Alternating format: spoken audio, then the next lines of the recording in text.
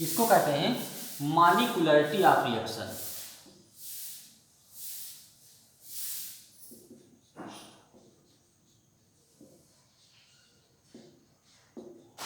Molecularity of reaction.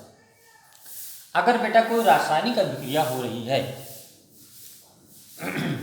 यदि कोई रासायनिक अभिक्रिया हो रही है तो रासायनिक अभिक्रिया में भाग लेने वाले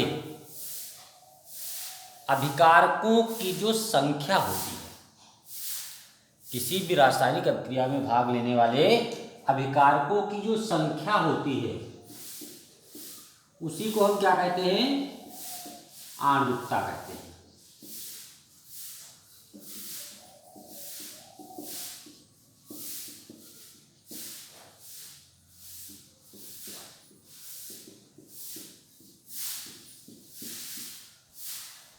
इसमें देखो बेटा N2O5 का हम 1 मोल ले रहे हैं, यहाँ पे कुछ नहीं लिखा हुआ, इसका मतलब क्या 1 है, तो N2O5 का 1 मोल ले रहे हैं तो इस अभिक्रिया की आणविकता क्या हो जाएगी, एकाणुक।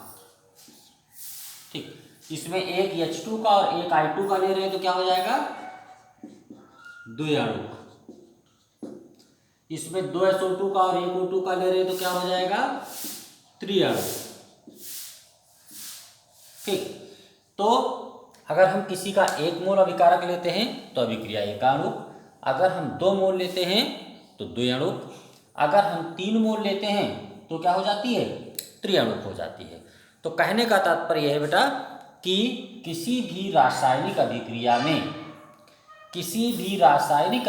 में भाग लेने वाले अभिकारक अणुओं की जो न्यूनतम संख्या होती है, किसी भी रासायनिक अभिक्रिया में भाग लेने वाले अभिकारक अणुओं की जो न्यूनतम संख्या होती है उसे हम क्या कहते हैं, उसकी आणविकता कहते हैं। तो किसी भी रासायनिक अभिक्रिया में भाग लेने वाले अभिकारक अणुओं की न्यूनतम संख्या को उसकी क्या कहते हैं, आणविकता कहते हैं। अगर 1 अणु भाग ले रहा है तो एकाणुक, अगर 2 अणु भाग ले रहे हैं तो द्विअणुक, अगर 3 अणु भाग ले रहे हैं तो त्रिअणुक होती है। क्लियर बात। 1-2 बातें इसमें और ध्यान रखिएगा। जो अभिक्रिया की आणविकता है इसका निर्धारण काहे के द्वारा करते हैं, क्रियाविधि के द्वारा करते हैं। अभिक्रिया की आणविकता का निर्धारण क्रियाविधि के द्वारा कर सकते हैं। मतलब आंखों से अगर हम देखते हैं तो पता चल जाता है कि कितने मोल हम ले रहे हैं, तो उस आधार पर हम अभिक्रिया की आणविकता का निर्धारण कर सकते हैं। दूसरी बात, अभिक्रिया की आणविकता कभी शून्य नहीं होती। भाई अभिकारक अणु कभी शून्य नहीं होंगे, तो अभिक्रिया की आणविकता कभी भी शून्य नहीं हो सकती है। क्लियर बात। ये जो अभिकारक होते हैं बेटा ये भिन्नात्मक भी नहीं होते हैं। 1/2, 2/3, 3/4 ये लिखने का नियम नहीं है। तो अभिक्रिया की आणविकता भिन्नात्मक भी नहीं होती। अभिक्रिया की आणविकता ना तो शून्य होती है, ना तो भिन्नात्मक होती है, ना ही ऋणात्मक होती है। अभिकारक ऋणात्मक नहीं होते, तो अभिक्रिया की आणविकता ऋणात्मक भी नहीं हो सकती है। ना तो शून्य होती है, ना तो भिन्नात्मक होती है, और ना ही ऋणात्मक होती है। ठीक, और अभिक्रिया की आणविकता का निर्धारण हम काहे से करते हैं, क्रियाविधि से करते हैं।